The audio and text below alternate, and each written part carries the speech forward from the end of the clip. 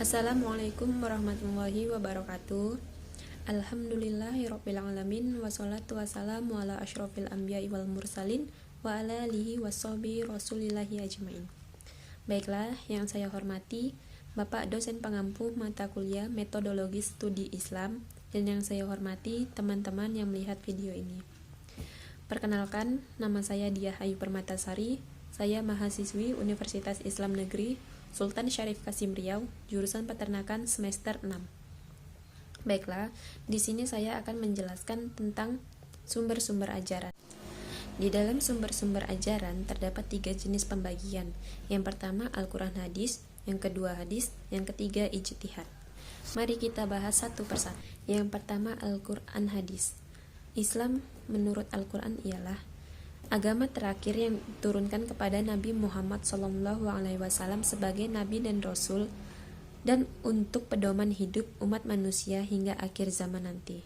Adapun ciri-cirinya yaitu yang pertama, ayat-ayat Makkiyah pada umumnya pendek-pendek, terdiri atas 86 surat dan 4.780 ayat. Sedangkan ayat-ayat Madaniyah pada umumnya panjang-panjang, terdiri dari 28 surat dan 1456 ayat. Yang kedua, ayat-ayat Makkiyah dimulai dengan Ya ayyuhan nas, hai manusia. Sedangkan surat Madaniyah dimulai dengan kata-kata Ya ayyuhalladzina amanu, hai orang-orang yang beriman. Yang ketiga, pada umumnya ayat-ayat Makkiyah berisikan tauhid, yakni keyakinan kepada Tuhan yang Maha Esa, yaitu Allah Subhanahu wa Ta'ala. Sedangkan ayat-ayat Madaniyah memuat tentang persoalan hukum, masyarakat, dan keadilan. Al-Quran mengandung 3 komponen dasar hukum. Yang pertama itu hukum i'tiqodiyah, artinya adalah hukum yang mengatur tentang rohaniyah manusia dengan penciptanya, yaitu Allah Subhanahu wa Ta'ala, dan yang berkaitan dengan keimanan kita. Yang kedua, hukum amaliyah, yaitu hukum yang mengatur tentang lahiriah manusia dengan Allah Subhanahu wa Ta'ala dan hubungan antara manusia dengan manusia yang lainnya. Yang ketiga adalah hukum kulukiyah. Hukum ini berkaitan dengan perilaku normal manusia di dalam kehidupan. Yang kedua akan kita bahas yaitu hadis. Hadis disebut juga as-sunnah. Sunnah adalah segala perbuatan, perkataan, dan penetapan serta kebiasaan Nabi Muhammad SAW. Kedudukan as-sunnah atau hadis ada 4 tingkatan. Yang pertama, melaksanakan sholat, menunaikan zakat, dan naik haji bila mampu. Yang kedua, menafsirkan ayat-ayat Al-Quran.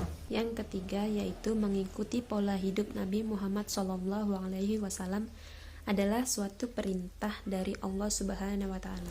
Yang keempat adalah menghadapi masalah kehidupan secara teknis. Al-Hadis memiliki 3 peranan penting. Yang pertama, menegaskan lebih lanjut ketentuan yang ada di dalam Al-Quran. Yang kedua, sebagai penjelasan isi Al-Quran. Yang ketiga, menambahkan sesuatu yang samar-samar di dalam Al-Quran.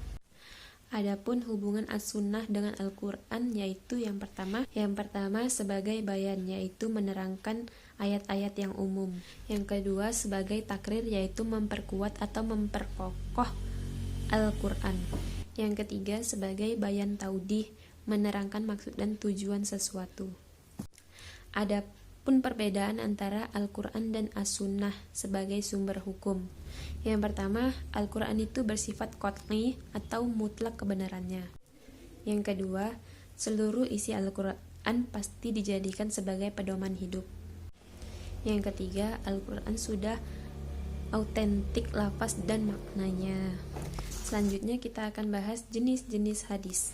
Yang pertama yaitu hadis mutawatir lafzi, yang kedua hadis mutawatir maknawi, yang ketiga hadis mutawatir amali. Jenis hadis yang kedua adalah hadis ahad. Yang ketiga yaitu hadis masyhur, yang keempat hadis sahih, yang kelima hadis hasan, yang keenam hadis dhaif, yang ketujuh hadis ma'udhu.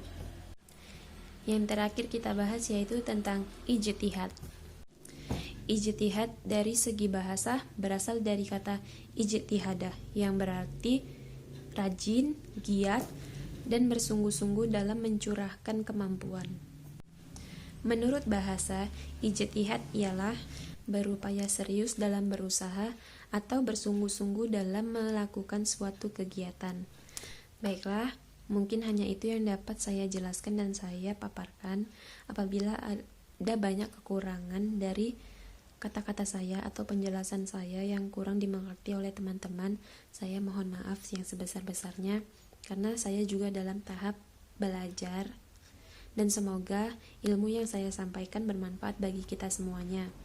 Baiklah, saya akhiri. Wabillahi taufiq wal hidayah. Wassalamualaikum warahmatullahi wabarakatuh.